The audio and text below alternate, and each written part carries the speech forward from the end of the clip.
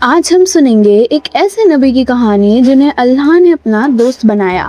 یہ صرف کہانی نہیں، یہ توحید، صبر اور قربانی کا سب سے بڑا درس ہے۔ اس ویڈیو کو آخر تک دیکھیے کیونکہ آخر میں ہم ان اہم سبق پر بات کریں گے جو آج کے دور میں بھی ہماری زندگی کو بدل سکتے ہیں۔ السلام علیکم ورحمۃ اللہ وبرکاتہ۔ حضرت ابراہیم علیہ السلام کی پیدائش بیبیلون یعنی آج کے عراق کے علاقے میں ہوئی۔ اس وقت کا بادشاہ نمرود تھا، ایک ظالم اور متکبر حکمران جو اپنے آپ کو خدا کہتا تھا۔ نمرود کے دور میں لوگ بت پرستی میں ڈوبے ہوئے تھے۔ روایت کے مطابق نمرود نے ایک خواب دیکھا کہ ایک بچہ پیدا ہوگا جو اس کی سلطنت کو ختم کر دے گا۔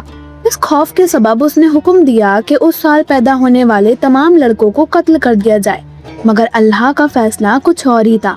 حضرت ابراہیم علیہ السلام کی والدہ جب حمل سے ہوئیں تو انہوں نے اپنا حمل سب سے چھپایا اور حضرت ابراہیم علیہ السلام کو سب سے دور ایک سنسان غار میں جنم دیا۔ یہ سب اللہ کے حکم سے ہوا۔ ان کی والدہ نے حضرت ابراہیم علیہ السلام کو غار میں چھپا دیا۔ یہاں سے ہی اللہ نے دکھایا کہ جب وہ کسی کو بچانا چاہتا ہے تو دنیا کی کوئی قوت اسے نقصان نہیں پہنچا سکتی۔ حضرت ابراہیم علیہ السلام بچپن سے ہی غیر معمولی ذہن کے مالک تھے۔ وہ اپنی قوم کو بتوں کے آگے جھکتا دیکھ کر سوچ میں پڑ جاتے۔ ایک دن حضرت ابراہیم علیہ السلام تنہا آسمان کی طرف دیکھ رہے تھے، تبھی انہوں نے ایک چمکتا ہوا ستارہ دیکھا اور فرمایا، ہاذا ربی، یہ میرا رب ہے۔ لیکن کچھ دیر بعد ستارہ غروب ہو گیا۔ تب انہوں نے کہا، لا احب الافلین، میں ڈوب جانے والوں کو پسند نہیں کرتا، یعنی جو غروب ہو گیا وہ میرا رب کیسے ہو سکتا ہے؟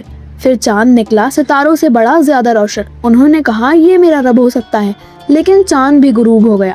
صبح سورج نکلا سب سے بڑا، سب سے روشن۔ انہوں نے کہا، یہ سب سے بڑا ہے، شاید یہ رب ہو، مگر جب سورج بھی غروب ہو گیا تب حضرت ابراہیم علیہ السلام نے پوری قوم کے سامنے اعلان کیا، میں ان سب سے بری ہوں جنہیں تم شریک ٹھہراتے ہو۔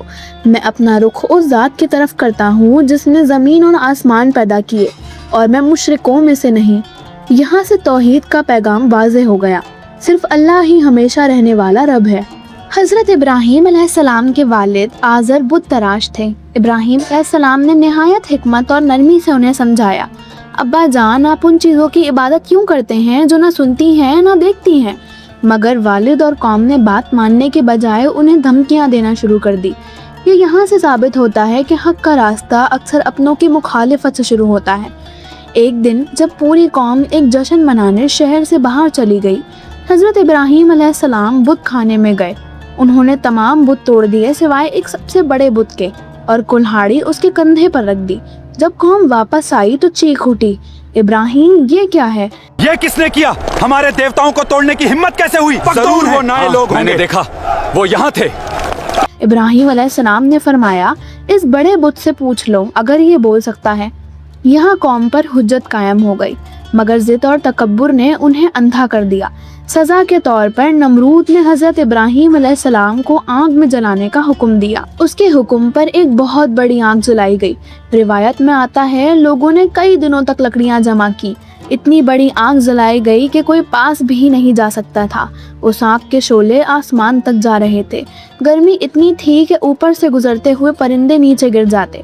پھر ابراہیم علیہ السلام کو رسیوں سے باندھ دیا گیا اور منجانک میں بٹھایا گیا، مگر وہ پرسکون تھے۔ روایت کے مطابق جب انہیں منجانک سے اچھالا گیا اور وہ ہوا میں تھے، تب زمین اور آگ کے درمیان اس لمحے وقت رک سا گیا تھا۔ اسی لمحے اللہ نے اپنے فرشتے جبریل علیہ السلام کو آپ کے پاس بھیجا۔ جبریل علیہ السلام ظاہر ہوئے۔ انہوں نے ابراہیم علیہ السلام سے پوچھا، یا ابراہیم، ہل لکا من حاجہ، اے ابراہیم، کیا آپ کو کوئی مدد چاہیے؟ حضرت ابراہیم علیہ السلام نے فرمایا، اما الیک فلا، آپ سے نہیں۔ پھر کہا، حسبنا اللہ و نعم الوکیل، میرے لیے اللہ کافی ہے اور وہ بہترین کام بنانے والا ہے۔ یہ تھا توکل کا ہائیسٹ لیول۔ انہوں نے اللہ پر اتنا بھروسہ تھا کہ انہوں نے ایک فرشتے سے مدد لینے سے انکار کر دیا۔ جب حضرت ابراہیم علیہ السلام کو آگ میں پھینکا جا رہا تھا، ان کے چہرے پر کوئی گھبراہٹ نہیں تھی۔ پھر حضرت ابراہیم علیہ السلام کو اس آگ میں پھینک دیا گیا۔ جب حضرت ابراہیم علیہ السلام آگ میں گرے، اللہ نے فرمایا، یا نار کنی بردن و سلاما علی ابراہیم، اے آگ ٹھنڈی ہو جا اور سلامتی والی ہو جا ابراہیم پر۔ آگ جل رہی تھی مگر ابراہیم علیہ السلام محفوظ تھے۔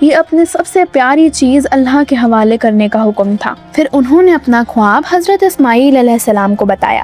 بیٹا، میں نے خواب دیکھا ہے کہ میں تمہیں قربان کر رہا ہوں، اب تم بتاؤ تمہاری کیا رائے ہے؟ یہ سن کر حضرت اسماعیل علیہ السلام نے کہا، ابا جان، جو حکم آپ کو دیا گیا ہے وہ کر دیجئے، انشاءاللہ آپ مجھے صبر کرنے والوں میں پائیں گے۔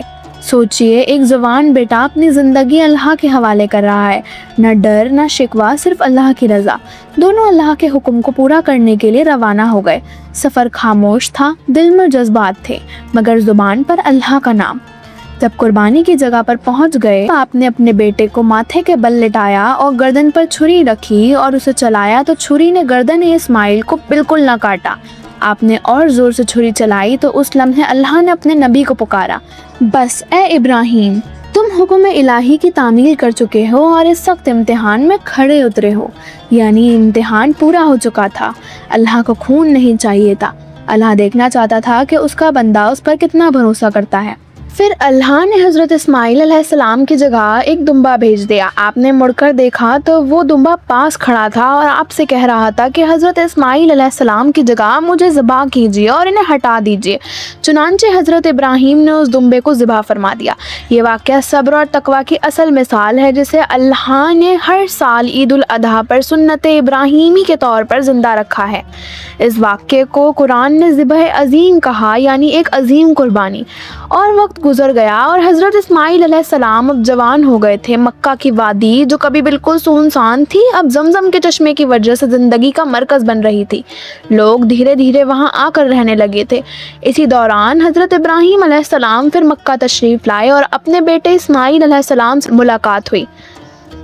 باپ اور بیٹے کی یہ ملاقات محبت اور رحمت کا منظر تھی۔